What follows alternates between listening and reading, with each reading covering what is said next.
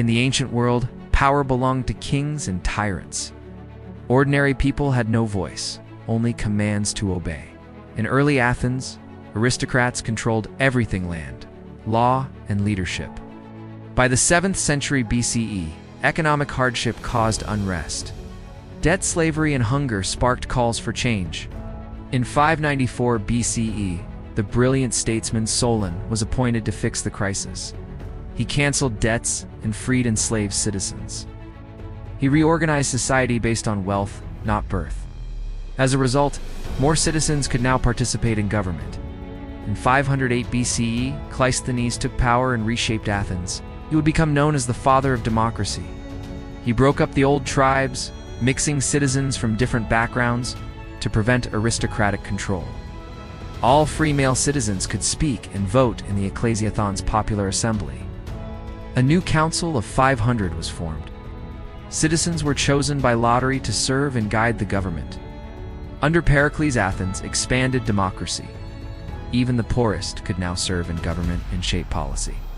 Democratic Athens invested in public projects, fountains, roads, temples, funded by taxes and citizen labor. Athens built spaces for democracy: the Nix for speeches, the Agora for debate, and the Bouleuterion for councils. To ensure the poor could afford civic duty, Athens began paying citizens to serve on juries and councils. Citizens served as jurors in large courts. Cases ranged from murder to theft, and decisions shaped Athenian law. To prevent tyranny, Athenians could exile dangerous figures for 10 years through a vote called ostracism. In Athens, not everyone had a voice. Only male citizens over 18 could vote. Women, slaves, and foreigners were left out. Though excluded from politics, women played vital roles in religion, economy, and household education. In the bustling agora, ideas clashed. Merchants, philosophers, and citizens all debated, shaping policy in real time. Words were power. Public speaking was essential. Citizens had to convince others in open debate before laws could be passed.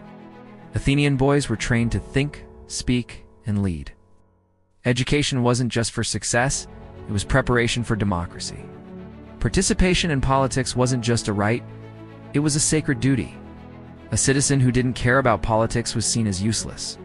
Public religious rituals reinforced civic unity. Priests, priestesses, and temples were funded and managed by the city. Even in wartime, the assembly met.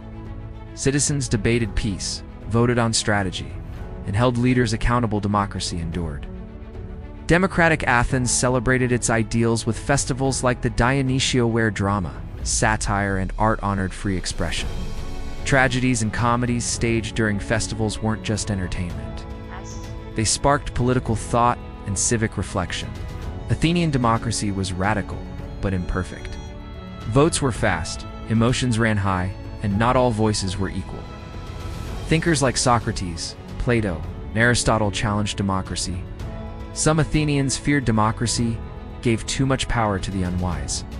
In 399 BCE, democracy condemned Socrates to death. His trial still echoes as a lesson on justice and free speech. Athenian democracy wasn't perfect, but it inspired revolutions, republics, and modern freedom.